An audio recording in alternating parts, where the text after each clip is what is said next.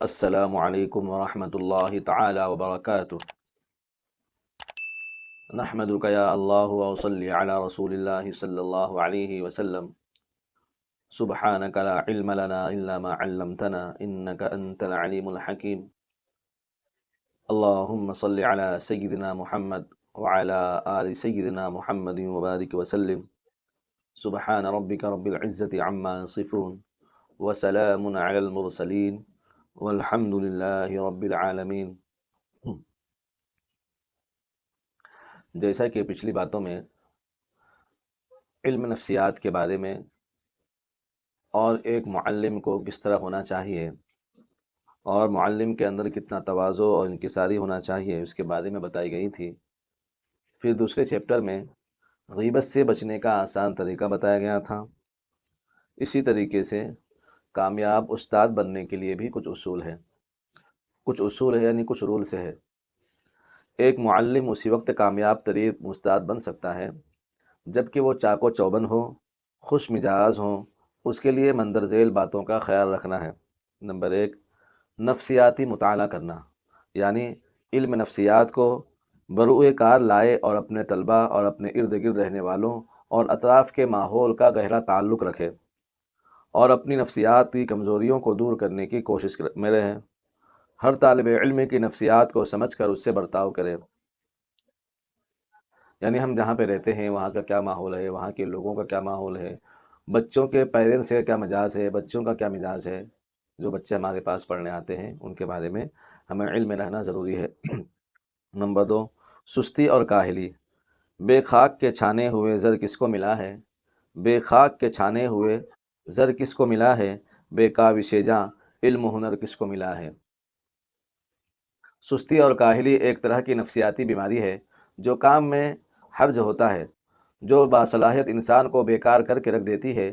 بعض لوگ بڑی عبقری اور قائدانہ صلاحیت کا حامل ہوتے ہیں لیکن سستی اور کاہلی کی نفسیاتی بیماری کی وجہ سے ذرہ مایہ ہو کر گمنامی کا شکار ہو جاتے ہیں۔ ہر کام میں چستی اور حکمت عملی سے کام کرنا چاہیے۔ آج کا کام کل پر نہ ٹالنے چاہیے۔ کال کرے سو آج کر، کل کرے جو آج کرے جو اب، پل میں پرلے ہوئے کوئے جانے کب، پل میں پرلے ہوئے کنویں جانے کب۔ رسول اللہ صلی اللہ علیہ وسلم نے سستی کاہلی سے نجات حاصل کرنے کے لیے امت کو دعا بھی سکھائی ہے۔ اللہم انی اعوذ بک من العجز والکسل والجبن والبخل والحرم وعذاب القبر وفتنة الدجال۔ سنن الکبریٰ نسائی شریف۔ اے اللہ، معذوری، سستی، بزدلی، کنجوسی، ضعیفی، عذاب قبر اور دجال کے فتنے سے میں تیری پناہ چاہتا ہوں۔ یہ دعا کا بھی اہتمام رکھنا چاہیے۔ اپنی خدمت۔ آپ استاد کو طلبہ سے ذاتی خدمت لینے میں احتیاط کرنا چاہیے۔ اپنا کام خود کرے۔ ہمارے اسلاف کے بہت سے واقعات ہیں جن سے اپنی خدمت کا آپ کو سبق ملتا ہے۔ ایک واقعہ پیش ہے۔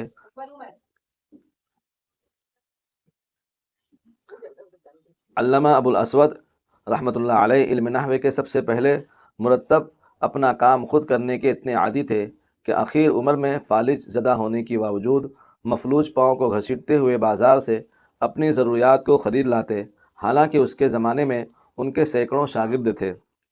طلباء کی تربیت کے لیے خدمت کا کام لینا مقصود ہو تو اس میں 4 باتوں کا خیال رکھنا چاہیے۔ نمبر 1، ایسا کام نہ لے جو وہ پورا نہ کر سکے اور اس کے لیے بوجھ ہو۔ نمبر 2، کام لینے کے بعد اس کی تلافی کے طور پر کچھ انعام دے۔ نمبر 3، امرت طلباء سے تنہائی میں کوئی کام لینے سے بچے۔ نمبر 4، ایسے طلباء سے کوئی بدنی خدمت لینے سے بھی پرہیز کرے۔ نمبر 4، مایوسی ایک نفسیاتی بیماری ہے۔ قرآن پاک میں اللہ نے فرمایا، قُلْ يَا عِبَادِيَ الَّذِينَ أَسْرَفُوا عَلَىٰ أَنفُسِهِمْ لَا تَقْنَطُوا مِن رَحْمَةِ اللَّهِ۔ ترجمہ، کہہ دو کہ اے میرے بندو، جنہوں نے اپنی جانوں پر زیادتی کر رکھی ہے، اللہ کی رحمت سے مایوس نہ ہو۔ مایوسی تو اسلام میں کفر ہے۔ ایک ماہر استاد کبھی کسی طالب علم سے اکتاتا نہیں یا اس کی تعلیم و تربیت سے مایوس نہیں ہوتا، بلکہ ایسے مستی خور طلباء جو پڑھائی سے منہ چراتے ہیں ان کے لیے نئے نئے طریقے ایجاد کرتے ہیں۔ ایک بچہ پڑھائی میں ذرا بھی جی نہیں لگاتا تھا۔ بہت سے استاد اس کی کند ذہنی سے تھک کر مایوس ہو چکے تھے۔ اس کے پڑھے لکھے والدین بھی استاد بدلتے رہتے پریشان تھے، کیا ان کا بیٹا ان پڑھ ہی رہے گا؟ آخر میں وہ بچہ ایک ایسے استاد کے ہاتھ پر چڑھا، یعنی آیا، جو بچوں کی نفسیات سے خوب واقف تھے۔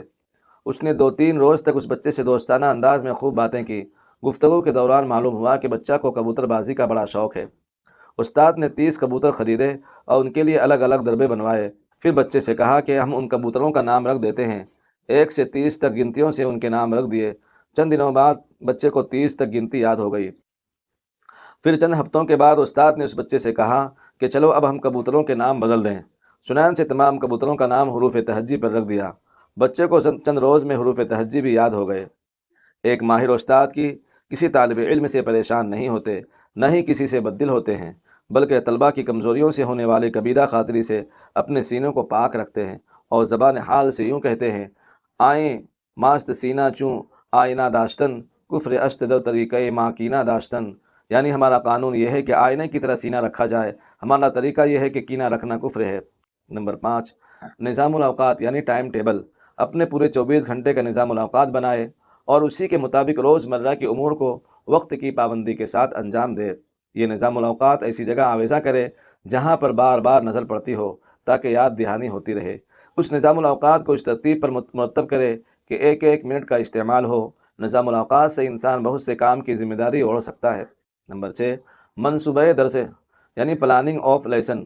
درس سے پہلے درس کی تیاری کو منصوبہ درس کہتے ہیں۔ منصوبہ درس سے استاد میں خود اعتمادی پیدا ہوتی ہے اور استاد بچوں کو سبق آسانی سے سمجھا سکتا ہے۔ مقدار خواندگی کے مطابق نصاب بھی مکمل ہو جاتا ہے۔ نمبر 7، ورزش۔ خود کو چست رکھنے کے لیے ایک معلم کو ہلکی پھلکی ورزش کرنا چاہیے۔ عام طور سے مدارس کا کام زیادہ تر بیٹھ کر ہوتا ہے، بدنی محنت کم اور دماغی محنت زیادہ کرنا پڑتا ہے، اسی لیے پیٹ کے امراض جیسے قبض، کثرت ریا، ڈاہی وغیرہ، بڑھنا وغیرہ بیماری لگ جاتی ہے۔ اس لیے ورزش کے ذریعے ایسی بیماریوں سے بچا جا سکتا ہے۔ اللہ تعالی ہم سب کو ان کہی سنی باتوں پر عمل کرنے کی اور ان اچھی اچھی باتوں کو پھیلانے کی توفیق عطا فرمائے۔ وآخر دعوانا الحمدللہ رب العالمین۔ والسلام علیکم ورحمۃ اللہ۔